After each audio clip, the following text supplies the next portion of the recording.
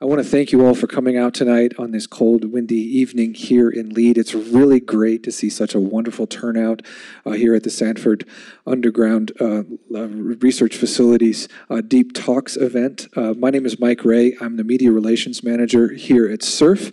I'll be hosting the evening, but I'm going to toss over to Michelle Kane, the Director of the SURF Foundation, who's going to give a thanks to the sponsors who make all this wonderful food and beverages and event here possible. Okay, I want all the new people to stand up. If this is your first time, let's give all these really science-curious folks, right? They're all here tonight. We love that. We're glad you're here. As Mike mentioned, my name is Michelle Kane, and I am the director of the SURF Foundation. And the SURF Foundation is the nonprofit arm of SURF. We support outreach, like Deep Talks tonight. We support STEM education, teacher professional development, cultural programming, and building intellectual community. And once you leave tonight, you're all going to be part of our intellectual community as we are bringing an amazing program tonight. So we are grateful for tonight's sponsors, Chris Mitchell from Edward Jones and Spearfish, Chuck and Jolene Linkton-Wallner. They're in New Jersey, and they're going to be watching this on recording. They have been steadfast supporters of Deep Talk since 2019. Their donations and the donations from everyone plays a crucial role in nurturing a passion for science and education, benefiting our local community and global audience through both live and recorded events. A special nod to our friends at Crow Peak Brewing Company who have quenched our thirst here at Deep Talk since 2015. We are grateful for them. We can give a round of applause because they're going to be watching the recording too. And to those of you who are with us tonight and to our listeners tuning in to the recording, we invite you to become a friend of SURF and to help us support programming like Deep Talks and other education and outreach efforts. Donations can be made at the SURF Foundation donation box, which is located in the Visitor Center on your way out, or you can donate online. So thank you all for being here, and let's be ready to be inspired. Mike. Thank you so much, Michelle. We're joined this evening. We're so grateful to be joined, so happy to be joined by students and faculty from Black Hills State University Center for American Indian Studies.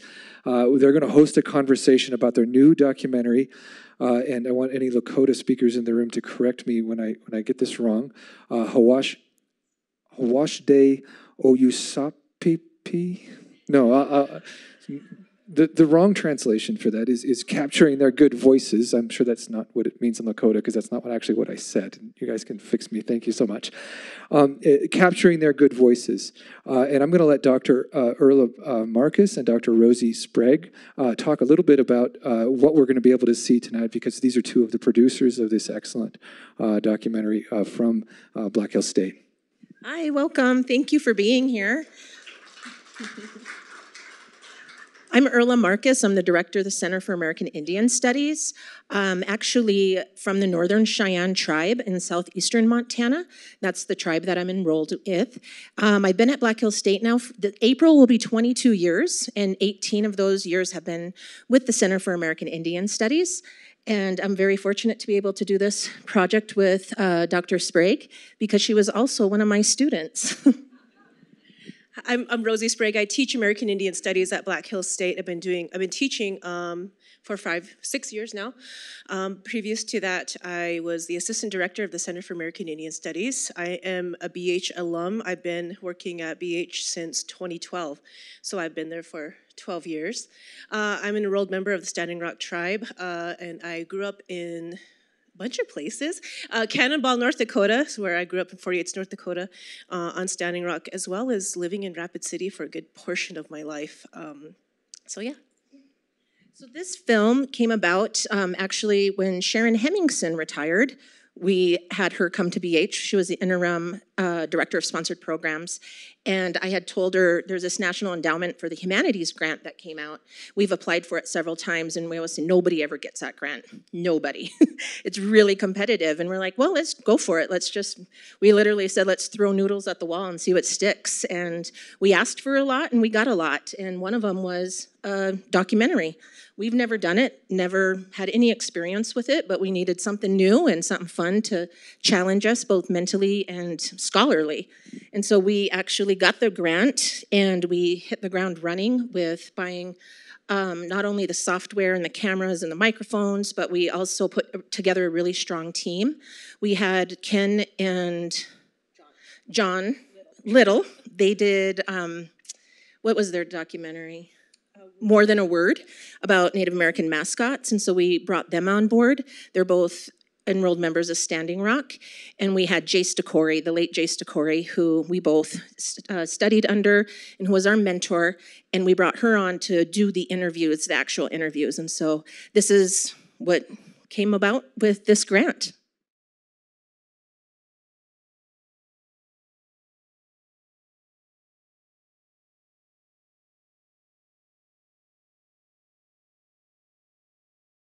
I want to invite Dr. Marcus and Dr. Sprague to come up, and we can answer some questions. I can come around with the microphone for anyone in the audience who has questions. The first question I have is, can you please correct the terrible pronunciation that I did at the start of this, so we get for the record how this wonderful piece of work was pronounced?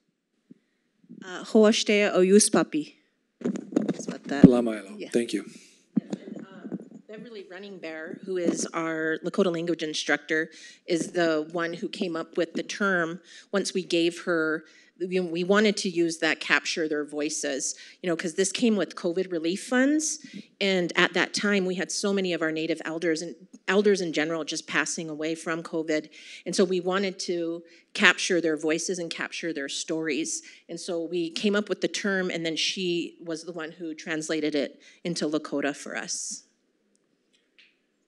Any questions from the audience?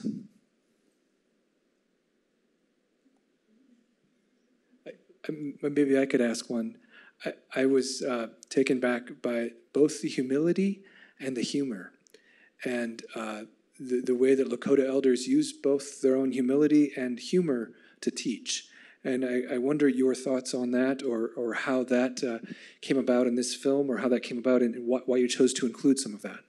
So when we sat down and what we really, and Earl and I had talked with students and with Jace, what we wanted was this to be very intimate, very clean, very simple. That's why you notice there wasn't any music or anything distracting in the background. We used very little pictures. And we wanted that. We wanted that comfortable feeling for our elders to have, and that's why we chose Jace to be. She was the one who sat there and she interviewed them.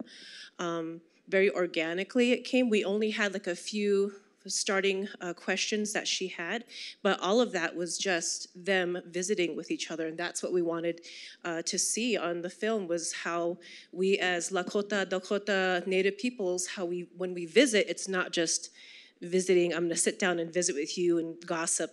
There's so much of our culture and our history and our language that's infused within just visiting. And so that's why I think, hopefully that comes through on the film, is that's what we wanted, was just to have you feel that with us. And so I think the elders are very, again, they felt safe in a safe place. And so you saw a lot of things happening on film. And one of them is Dwayne coming with that story. And he said, that's the first time I've ever told that story, and just blows our hair back, right? And so with Dwayne sharing that story and saying, like Rosie said, this is the first time I'm actually talking about this, that was really powerful for us, because these people have been interviewed, over and over, so they were sharing new things. But when we realized that, we actually shared all of this information back with the elders. We gave them all their interviews back. We don't own these. We wanted to make sure this was free. We wanted to make sure it was accessible to everybody. And we wanted to make sure that their families had these stories and that they can do what they want with them. We had about 7-8 hours of interview, and this is about 45 minutes. And so we have some ideas on some spin-off documentaries to actually use with what they shared with us, because we could have shared so much more. But we had 5 interns Four actually finished and graduated school, but they did a lot of work too, and we had them really busy. There's also a educational guide to go along with the film that captures all the different themes that you can use in the classroom. So it was a really great experience. Bev Warren, that lasted hours because we had to stop because we all had to cry. We were crying, and we're like, pull it together, including her. And so it was a really great experience, and I still continue to catch things on this film after watching it so many times that things that I'm like, oh, I didn't catch that the first time. And Rosie's son is in the film. Oh, yeah, the picture of, so again, this kind of really came about in I always say an organic way, but really there was things like Bev's interview. Erla and I were the camera people. We actually filmed that. Jason and I and my daughter went up to Standing Rock to film my Lexi John at Sitting Bull College. And so Ella actually helped be the camera person as well.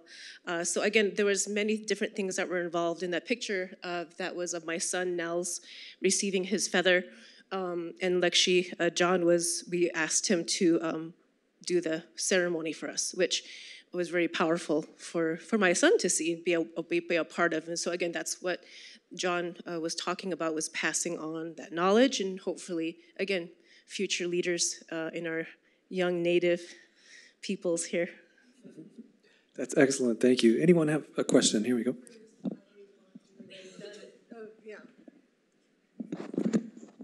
You were crying making it, but for us seeing it, we have that same feeling, I'm sure many of us.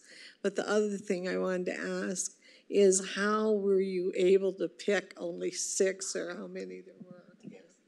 Yeah, when that started, we all sat down and had like a think tank, and I think we had about 40 people on our list.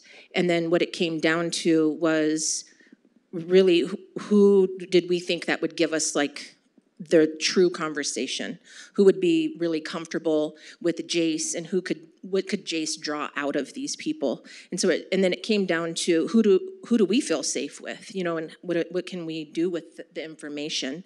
And so we started eliminating right away, but if we could have, we would have interviewed about 40 to 50 people. And we're all very familiar with every one of these elders as well. We've worked with them. Dwayne was at Sintegalishka University. Gay Kingman, we worked with her with the Native Health Board. John. I know John.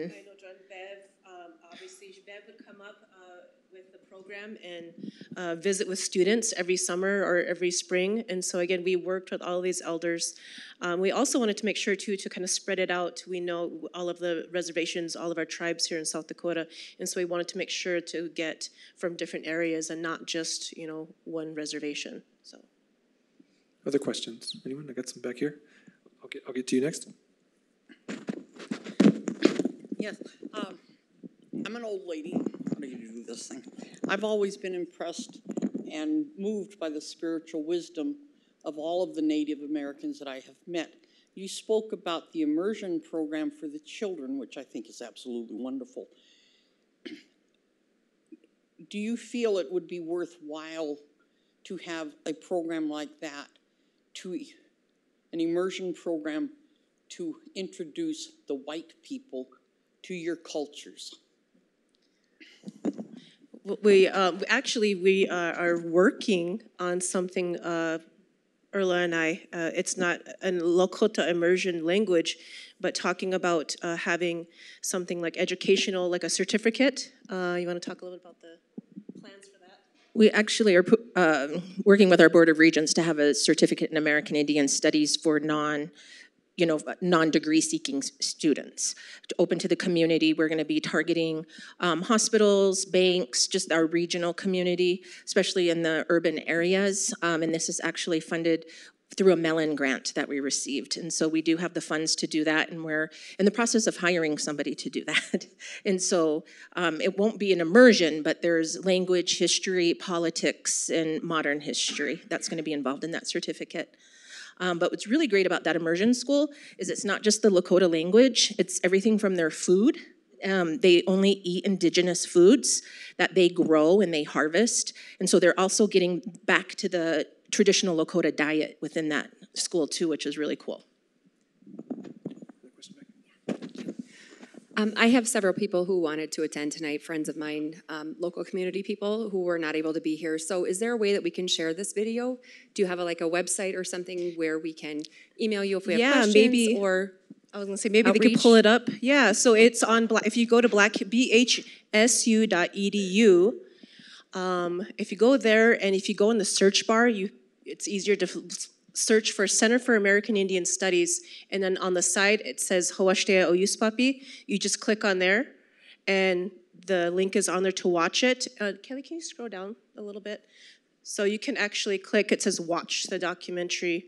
If you scroll all the way down, and then it says download the viewing guide, and so that's that program, or the viewing guide that's for everybody, but specifically to help teachers in the classroom. Bella. Oh, South Dakota Public Broadcasting picked it up as well, so it's been playing on their channel. Yeah, I took a photo of it. It was like one morning I got a text from Erla. She's like, "Look, we're on SDPB." I was like, "Oh, cool." So. Yeah. Oh, good. Yeah, it is. Hi, I had a couple of questions. Were all of the elders a part of the boarding school program? And then secondarily, because it's a very political issue, I know the one elder who was involved with the Minneapolis public school, and now she's working with the government. Has Secretary Holland been a part of what you guys are doing and what the elders are doing, or how is that going? And then thirdly, I'm a teacher in social studies, and I'm not seeing it there, but I might be missing it. Are there lesson opportunities, lesson plans that I could access for my kids? So not necessarily lessons, but the viewing guide has themes. So if you watch it with your students, you can go in the viewing guide, and it goes by themes. So it goes by language, it goes by boarding school, it goes by that, and the time stamp. So if you want to look at it, actually 22:33, Dwayne talks about this, and so it's really user friendly. Deb Holland has not been a part of this. Just because this was very small scale kind of thing. Although if she's out there, she can come visit us anytime she wants. I'll buy her lunch. No, I was kidding. What was the first question? Oh, boarding school, yes. Yeah. Without a doubt, I'm sure all of them were in some way either in boarding school, affected by boarding school. I know for a fact that my lecturer, John Eagleshield, did not go to a boarding school like Carlisle or anything like that, but he went to something called day school, which was run by the church, local church. And so again, they were probably all affected in some way or another, if not having gone to boarding school itself. I know Dwayne had talked about hiding from the nuns and the priests to talk Lakota while he was at boarding school. And Bev Warren actually shared a similar story where they would go outside and they would get in trouble for talking Lakota.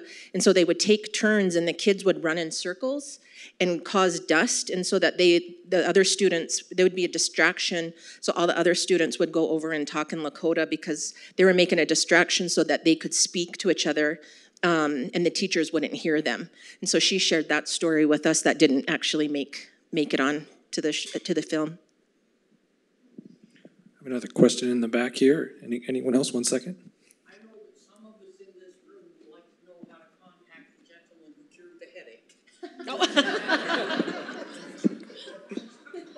I would probably say, please don't. He'll probably call us and say, "What are you guys doing telling him to call me?" No, just kidding. I think there's one back here. I just wanted to know, is there a few of your culture that are involved with what goes on with the research up here at SURF, or is there interest? Rochelle, please stand up.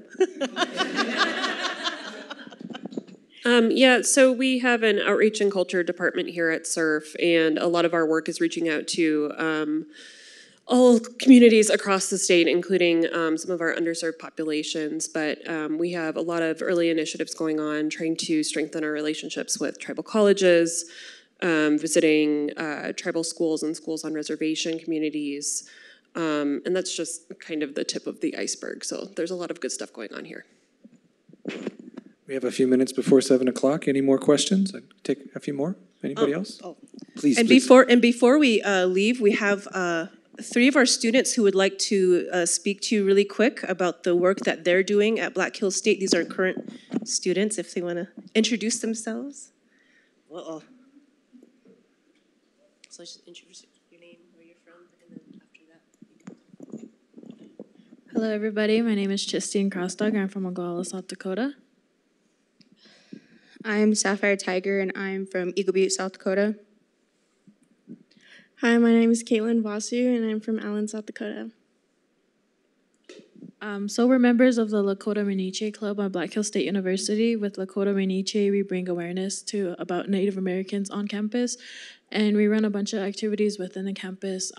Right now, we're fundraising for our biggest event, the Huachipi, in April. For this, we fundraise all throughout the year. We have Indian taco sales. We currently have a raffle going on that goes on year-round. And during the week of the powwow, which is usually on a Saturday and a weekend, during that week we have speakers come in for our theme. So our theme this year is contemporary Native art guided by traditional hands. So for this, we have different kind of speakers coming in and speaking to us about their background and what they got into. So we have different artists that do artwork, that do beadwork, quill work. We have singers coming in. And we actually are hoping to get Naomi Glasses in. But it's just a whole variety of different speakers that we have coming in during the week of the powwow. And so they're free to everybody if you guys are welcome to come. And yeah, I think it's a pretty fun week.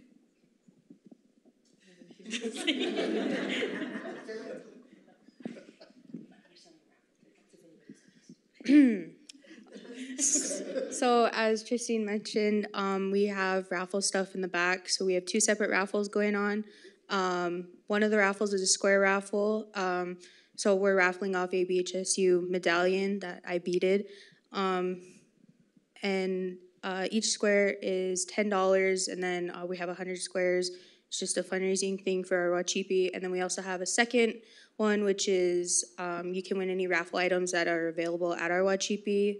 Back there, we also have the star quilt that will be raffled off during our Huachipi.